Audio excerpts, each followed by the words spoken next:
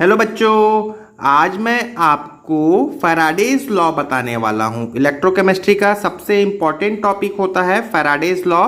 और Faraday's law में हमें दो लॉ पढ़ने होते हैं, एक होता है फर्स्ट लॉ, एक होता है सेकेंड लॉ। तो आज मैं फर्स्ट लॉ के बारे में डिस्कस करने वाला हूँ। सेकेंड लॉ के बारे में मैं नेक्स्ट वीडियो में आपको एक्सप्लेन करूँगा। तो चलिए समझते हैं कि आखिर फर्स्ट लॉ फैराडे का क्या होता है। तो इसको समझाने के लिए मैं आपको एक एग्जाम्पल बताता हूं ताकि आपको ये पूरी बातें आसानी से समझ में आ जाए। तो चलिए Faraday's first law of electrolysis समझ लेते हैं 2 मिनट में। क्या होता है लॉ को समझेंगे थोड़ी देर बाद, पहले की एग्जाम्पल देखते हैं। सपोज मैं आपको ये कहता हूं कि हम पढ़ रहे हैं इलेक्ट्रोकेमिस्ट्री, ठीक है, इलेक्ट्रोकेमिस्ट्री पढ़ रहे हैं। अब इलेक्ट्रोकेमिस्ट्री में दो पार्ट होते हैं। एक वो पार्ट होता है जिसमें हम केमिकल एनर्जी को इलेक्ट्रिकल एनर्जी में कन्वर्ट करते हैं, याद होगा हमने बता रखा है, ठीक है। और दूसरा वो पार्ट होता है जिसमें हम इलेक्ट्रिकल एनर्जी को केमिकल एनर्जी में कन्वर्ट करते हैं, ठीक है। तो आज मैं जो बात करने वाला हूं वो इससे रिलेटेड बात करने वाला हूं, क्योंकि फैराडे ने क्या बताया है इससे रिलेटेड एक बात बताई है। अब बात समझ में आ गया। एक्चुअली आपको पता होना चाहिए कि हम क्या पढ़ रहे हैं या क्या पढ़ने की कोशिश कर रहे हैं, ठीक है। तो ये समझ में आ गया कि आज हम इलेक्ट्रिकल एनर्जी को केमिकल एनर्जी में कन्वर्ट करते हैं, तो उसके बारे में कुछ बातें हमको सीखना है। तो चलिए देखिए, सबसे पहले सपोज स्टूडेंट्स मेरे पास में सपोज NaCl है, और यदि मैं NaCl पे इलेक्ट्रिसिटी सप्लाई करूं, एनोड और कैथोड लगाकर इलेक्ट्रिसिटी सप्लाई करूं, तो ये अपने कंस्टिट्यूएंट आयंस Na+ और Cl- पे टूट जाएगा। चलो ये ठीक है, टूट गया। लेकिन Na+ और Cl- में टूटना हमारा पर्पस था ही। और अब सोचो एनोड पे क्या होता है, बताइए। एनोड पे होता है ऑक्सीडेशन। एनोड पे क्या होता है, ऑक्सीडेशन। और ऑक्सीडेशन का मतलब क्या होता है, लॉस ऑफ इलेक्ट्रॉन। तो लॉस ऑफ इलेक्ट्रॉन, तो इलेक्ट्रॉन यहां पर लॉस कौन करने वाला है, Cl- इलेक्ट्रॉन लॉस करने वाला है। तो Cl- ये इलेक्ट्रॉन लॉस करेगा क्योंकि इसके पास में माइनस है, मतलब एक्स्ट्रा है। तो Cl और इलेक्ट्रॉन में टूट गया, ठीक है। अब ये Cl जो है वो एटॉमिक फॉर्म में है, जो कि अनस्टेबल होता है। तो Cl के दो एटम कंबाइन होकर क्या बना लेंगे, Cl2 बना लिए, ठीक है। अभी उद्देश्य ये था कि आपने NaCl में क्या सप्लाई किया, इलेक्ट्रिकल एनर्जी आपने दिया। तो NaCl से आपको क्या मिल गया, एक केमिकल मिल गया, और उस केमिकल का नाम क्या है, क्लोरीन। तो इस तरीके से हमने इलेक्ट्रिकल एनर्जी को केमिकल एनर्जी में बदला, और उस बदलने का उदाहरण था NaCl। मतलब NaCl सोडियम क्लोराइड से तुमने क्या बना लिया, क्लोरीन बना लिया। या सोडियम क्लोराइड से तुम क्या बना सकते हो, सोडियम बना सकते हो। कैसे बनाओगे, तो कैथोड, कैथोड में कौन सा चार्ज होता है, निगेटिव चार्ज होता है। ये मैं बता चुका हूं अपने प्रीवियस वीडियो में। इसमें कौन सा चार्ज होता है, पॉजिटिव चार्ज होता है। तो एनोड की तरफ कौन अट्रैक्ट हुआ, क्लोरीन अट्रैक्ट हुआ। वैसे ही कैथोड में जिसमें निगेटिव चार्ज होता है उसमें कौन अट्रैक्ट होगा, पॉजिटिव चार्ज अट्रैक्ट होगा। अब कैथोड में क्या होता है, रिडक्शन, ठीक है। और रिडक्शन का मतलब क्या होता है, गेन ऑफ इलेक्ट्रॉन। तो इलेक्ट्रॉन कौन गेन करेगा, इलेक्ट्रॉन कौन गेन करेगा, जिसमें इलेक्ट्रॉन की कमी है। तो सोडियम में इलेक्ट्रॉन की कमी, ये सोडियम ने इलेक्ट्रॉन गेन करके सोडियम बना लिया। तो कुल मिला के प्यारे बच्चों कॉन्सेप्ट ये था कि हमने इलेक्ट्रिकल एनर्जी को केमिकल एनर्जी में बदल दिया। अब बात ये उठती है कि आखिर इस NaCl में मैं कितना इलेक्ट्रिकल एनर्जी सप्लाई करूं, कितना। तो फैराडे ने ये क्या बताया, अब यहीं से लॉ स्टार्ट होता है। फैराडे ने ये बताया कि तुम जितना ज्यादा चार्ज सप्लाई करोगे, जितनी ज्यादा एनर्जी दोगे, उतना ही ज्यादा मास डिपॉजिट होगा। मतलब जितना ज्यादा NaCl में इलेक्ट्रिसिटी सप्लाई करोगे उतना ही ज्यादा क्लोरीन मिलेगा, उतना ही ज्यादा सोडियम मिलेगा। बस यही लॉ था। मैंने आपको लॉ को उदाहरण के हेल्प से समझा दिया। क्या कि बहुत कॉमन सेंस बात है, बहुत सिंपल सा बात है, आप खुद समझते हो इस चीजों को कि जितनी ज्यादा एनर्जी, जितनी ज्यादा विद्युत ऊर्जा, जितनी ज्यादा इलेक्ट्रिकल एनर्जी मैं सप्लाई करूंगा उतना ही ज्यादा मुझे उत्पाद मिलेगा।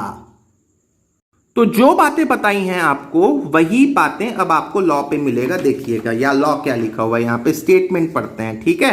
देखिए स्टेटमेंट क्या है। First law of electrolysis, according to this law the amount of substance deposited और लिबरेटेड। क्या मतलब हुआ, इस नियम के अनुसार अमाउंट ऑफ सब्सटेंस मतलब पदार्थ की मात्रा जो क्या हो रही है, डिपॉजिट हो रही है मतलब प्रोड्यूस हो रही है, या लिबरेट हो रही है, उत्पन्न हो रही है, एट द इलेक्ट्रोड्स। मैंने आपको एग्जांपल में बताया था ना, कैथोड और एनोड में ही तो क्लोरीन और सोडियम मिल रहा था, तो यहां तक हो गया। Is directly proportional to the quantity of the electricity passing through the electrolytes. तो जो बातें आपको बोली हैं वही आपके लिए वाक्य के रूप में सामने लिखा हुआ है। तो ये लॉ को आपको समझना है, याद नहीं करना है। देखो यहां पे मैंने लिख भी रखा है, ये देख लो, बस इतना आप लिख लो। ये जो आपके सामने लिखा है ना, यही इसी को शब्दों में बोलना है। क्या कि mass deposited of any substance is directly proportional to charge supply. जितना ज्यादा चार्ज दोगे, जितनी ज्यादा इलेक्ट्रिसिटी दोगे, उतना ही मास डिपॉजिट हो जाएगा। क्लियर हो गया, ये बात आपके ऊपर लिखी हुई है। आपको मैं फिर से बोल रहा हूं, समझना है, समझकर अपने शब्दों में लिखोगे, ठीक है। अब स्टूडेंट्स आपको पता होगा क्यू, ये जो चार्ज होता है ये होता है I इंटू टी, ठीक है। ये फिजिक्स में भी पढ़ रखा होगा। I होता है करंट एम्पियर में और T होता है टाइम सेकेंड में। तो मैं Q के प्लेस पे क्या लिख दिया, I इंटू टी। अब इस प्रोपोर्शनलिटी को मैं इक्वल टू में कन्वर्ट करूं तो ये हो गया ZIT। ये फॉर्मूला आप लर्न कर लो केवल और केवल बोर्ड के लिए, न्यूमेरिकल के लिए नहीं, केवल बोर्ड के लिए। जहां पर Z क्या है, इलेक्ट्रोकेमिकल इक्विवेलेंट, ठीक है। Z को हम बोलते हैं इलेक्ट्रोकेमिकल इक्विवेलेंट, ठीक। अब ये Z के बारे में अभी बताने वाला हूं, लेकिन बाकी बातें आपको पता चल गई। ये W क्या है, ये वो मास ऑफ सब्सटेंस है जो डिपॉजिट हो रहा है, ठीक है। I क्या है, करंट है एम्पियर में। Q क्या है, चार्ज है। T क्या है, टाइम। लेकिन याद रखोगे टाइम सेकेंड में, ये आवर्स में नहीं होगा, मिनट में नहीं होगा, सेकेंड में, ठीक है। अब बोर्ड एग्जाम में Z का डेफिनेशन पूछ लिया जाता है, ठीक है। Z क्या होता है, Z को वैसे हम किस नाम से जानते हैं, तो आपके सामने लिखा हुआ है इलेक्ट्रोकेमिकल इक्विवेलेंट, ये आपके सामने लिखा हुआ है, ठीक है। अब सुनोगे ध्यान से, Z का डेफिनेशन क्या है, और फिर से बोल रहा हूं, याद नहीं कर लोगे, केवल समझ लोगे, फील करो। यदि मैं I को 1 ले लूं, ठीक है, 1 एम्पियर ले लूं, I को मैं ले लूं 1 एम्पियर, एम्पियर मतलब करंट, करंट का यूनिट है, और T ले लूं 1 सेकेंड। यदि आप I को और T को 1 ले लोगे तो Z ही W के बराबर हो जाएगा। देखिए मैंने यहां पर लिख रखा है, if ZI is equal to 1 ampere and T is equal to 1 second, then, या आप Q is equal to 1 coulomb भी बोल सकते हो कि नहीं। 1 कूलम बोल दिया तो W is equal to Z हो जाएगा। मतलब इलेक्ट्रोकेमिकल इक्विवेलेंट, ये जो लिखा हुआ है ना, ये एक प्रकार का भार ही है, ये दोनों बराबर हैं। कब बराबर हो जाएंगे, जब I और T की वैल्यू 1 हो गई। मतलब मैं शब्दों में बोल रहा हूं, ध्यान से सुनोगे। जब 1 एम्पियर का करंट, यहां देखो मैंने लिखा है 1 एम्पियर का करंट 1 सेकेंड के लिए प्रवाहित की जाती है, तो किसी सब्सटेंस का जितना भार डिपॉजिट होगा, जितना भार आपको प्राप्त होगा, वही कहलाता है इलेक्ट्रोकेमिकल इक्विवेलेंट। क्लियर हो गया। तो इलेक्ट्रोकेमिकल इक्विवेलेंट आपके लिए और हमारे लिए कोई नया शब्द नहीं है, ये एक प्रकार का भार ही है। लेकिन कब, जब 1 एम्पियर का करंट 1 सेकेंड के लिए प्रवाहित किया जाता है। तो देखो मैंने डेफिनेशन जो बोला है वही यहां पर लिखा हुआ है। देखो, when 1 ampere of current, 1 ampere का current passing through the electrolyte, electrolyte से पास हो रहा है, फॉर कितने सेकेंड के लिए, 1 सेकेंड के लिए, देन तब the amount of substance deposited और liberated at electrode is called electrochemical equivalent. तो ये तो हो गया हमारा लॉ। बट आज हम कुछ क्वेश्चंस करने वाले हैं। बट एक बात मैं आपको क्लियरली कह देता हूं, लॉ को केवल आप बोर्ड के लिए लर्न कर लो, ठीक है, वो भी आप समझ गए तो अपने शब्दों में लिखने वाले हो। न्यूमेरिकल्स हम करेंगे तो लॉ में जो अप्लाई फॉर्मूला है वो हम नहीं करेंगे यूज। मैं आपको इतने अच्छे से एक्सप्लेन कर दूंगा कि विदाउट यूजिंग द फॉर्मूला आप उसके क्वेश्चन सॉल्व कर सकते हैं।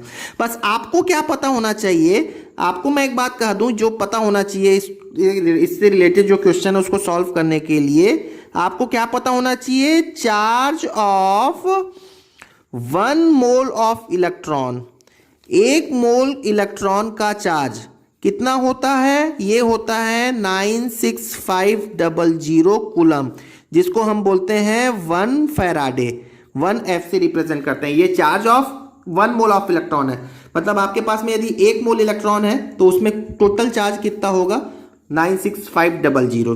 तो चलिए, आपके पास में एक क्वेश्चन लिखा हुआ है, एनसीईआरटी का क्वेश्चन है, आप देख सकते हो एनसीईआरटी बुक में आपको मिल जाएगा, आप हिंदी में भी देख लेना क्वेश्चन आपको। How much charge is required, कितने चार्ज की आवश्यकता है, for the following reduction, reduction मतलब क्या होता है, गेन ऑफ इलेक्ट्रॉन, ठीक है।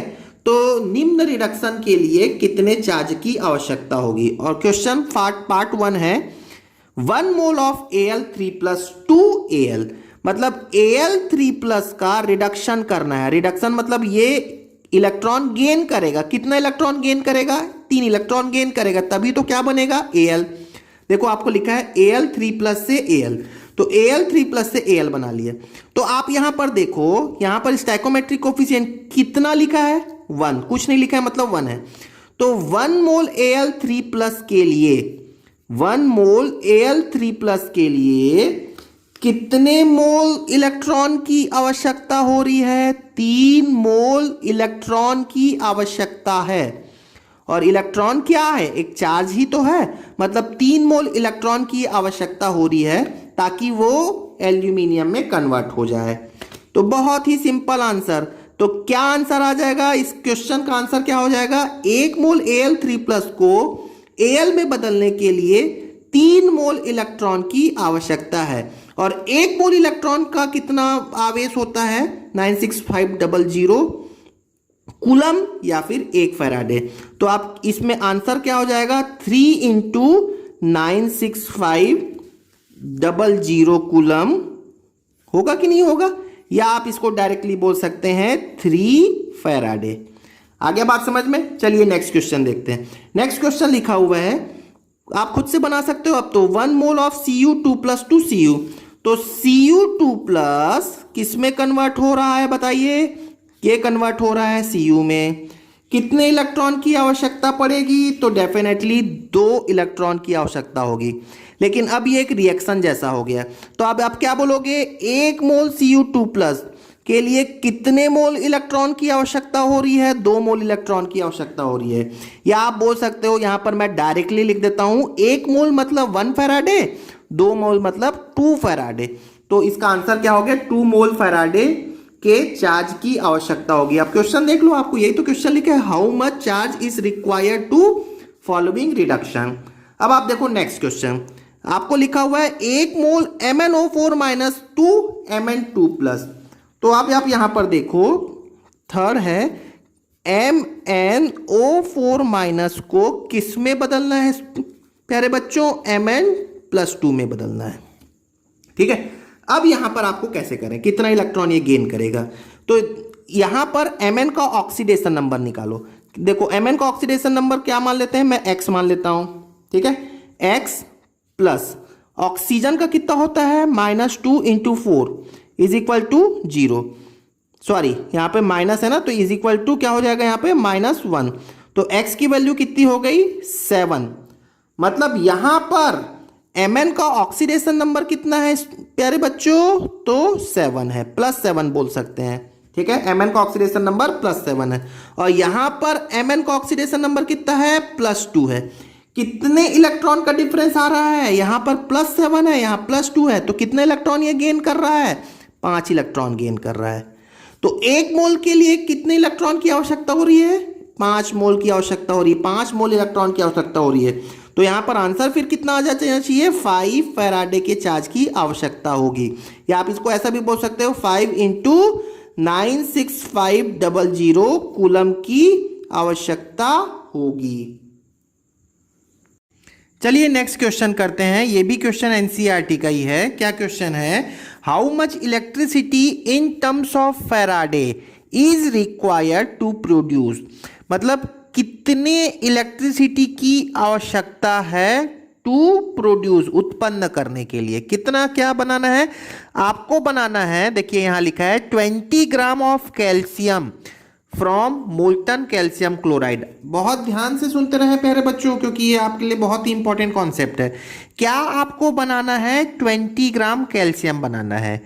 किससे बनाना है, मोल्टन CaCl2। तो अभी आपको थोड़ी देर पहले ही बताया था कि ये कैल्शियम क्लोराइड है, NaCl जैसा तो बताया था अभी, NaCl उसी टाइप का प्रॉब्लम है ये। तो कैल्शियम क्लोराइड पे आपने इलेक्ट्रिसिटी सप्लाई कर दी, कितनी की मुझे नहीं मालूम, कितनी की, यही तो पूछना है, यही तो बताया है। तो चलिए, यदि आपने CaCl2 में इलेक्ट्रिसिटी सप्लाई की तो ये कैसे टूट गया, Ca2+ और 2Cl- पे। ठीक है, अब क्वेश्चन के अकॉर्डिंग आपको किस पे फोकस करना है, कैल्शियम आयन पे, क्योंकि यहां पर कैल्शियम पूछा है। ठीक है, तो कैल्शियम कैसे बना होगा, तो कैल्शियम आयन मतलब 2 इलेक्ट्रॉन ये गेन कर लेगा तभी तो कैल्शियम बनेगा। मतलब कुल मिला के CaCl2 में आपको इस पार्ट पे फोकस करने की जरूरत नहीं है, क्योंकि क्वेश्चन में आपको कैल्शियम पूछा है कि कितना बनेगा। तो ये कैल्शियम कितना बनेगा, इसके लिए आप किस पे निर्भर है, इस पर निर्भर है। ये यदि 2 इलेक्ट्रॉन गेन कर ले तो कैल्शियम मिल गया। अब इस बैलेंस इक्वेशन पे आप ये देखो कि आपका यहां पर है 2 मोल, कुछ नहीं लिखा है यहां पर, क्या लिखा है 2 मोल। तो 2 मोल चार्ज है ना। 2 मोल चार्ज से कितना मोल कैल्शियम बना, 1 मोल कैल्शियम बना। ठीक है, दिख रहा है ना, यही तो पढ़ रहा है। अब 1 मोल कैल्शियम को हम यदि ग्राम में कन्वर्ट करें तो कितना होता है, 40 ग्राम, क्योंकि कैल्शियम का एटॉमिक मास कितना होता है, 40, पता होगा शायद। ठीक है, तो 2 मोल का चार्ज कितना होता है, तो ये होता है 2 फैराडे का चार्ज होता है। ठीक है, मतलब आप ये भी बोल सकते हो कि 2 फैराडे का चार्ज सप्लाई किया तो 40 ग्राम कैल्शियम मिला। तो आप क्या बोलने वाले हो, 20 ग्राम के लिए कितना मिलना है। ठीक है, या 20 ग्राम कैल्शियम मिलने के लिए कितने चार्ज की आवश्यकता होगी। तो देख लो क्या बोलते हैं, 40 ग्राम 40 ग्राम कैल्शियम आपको मिला, तो आपने इसे प्राप्त करने के लिए कितना फैराडे का चार्ज सप्लाई किया, तो आप बोलोगे 2 फैराडे का चार्ज सप्लाई किया। ठीक है, तो क्वेश्चन के अकॉर्डिंग 20 ग्राम कैल्शियम के लिए आपको कितना सप्लाई करना पड़ेगा, तो आप बोलोगे 1 फैराडे का सप्लाई करना पड़ेगा। तो यही मेरा क्या है, आंसर है ना, सिंपल। चलिए नेक्स्ट क्वेश्चन को आप खुद से ट्राई करेंगे क्या, देखिए नेक्स्ट क्वेश्चन क्या है, 54 ग्राम ऑफ एल्यूमिनियम, आपको एल्यूमिनियम चाहिए कितना ग्राम, 54 ग्राम, किसमें से, Al2O3 से। तो आप Al2O3 का इलेक्ट्रोलिसिस करो, क्या होगा, सेकेंड पार्ट देखते हैं। Al2O3 का इलेक्ट्रोलिसिस करें, तो इलेक्ट्रोलिसिस करेंगे तो ये अपने आयंस में टूट जाएंगे। Al में कितना होता है, देखो ये क्रिस क्रॉस होता है, पता होगा, तो Al में 3+ हो गया। और ऑक्सीजन में कितना हो जाएगा, ऑक्सीजन पे ये वाला चार्ज बनकर आएगा -2। लेकिन ऑक्सीजन कितने बार है, 3 बार है, तो 3 टाइम्स लिख लिया। एल्यूमिनियम कितने टाइम्स है, 2 टाइम्स है, तो 2 टाइम्स लिख लिया। खैर वैसे भी आपको यहां पर इलेक्ट्रोलिसिस करना है तो आना ही चाहिए। अभी एल्यूमिनियम पे फोकस करें या ऑक्सीजन पे, तो क्वेश्चन के अनुसार मुझे किस पे फोकस करना है, एल्यूमिनियम पे फोकस करना है। ठीक है ना, तो हम अभी 2 मिनट के लिए ऑक्सीजन को भूल जाते हैं, इसके क्रॉस कर देते हैं। अब देखो एल्यूमिनियम कैसे बना होगा, तो एल्यूमिनियम में +3 का चार्ज है, मतलब 3 इलेक्ट्रॉन की कमी है, और ये 3 इलेक्ट्रॉन यदि गेन करता है तो क्या बनाएगा, एल्यूमिनियम बनाएगा।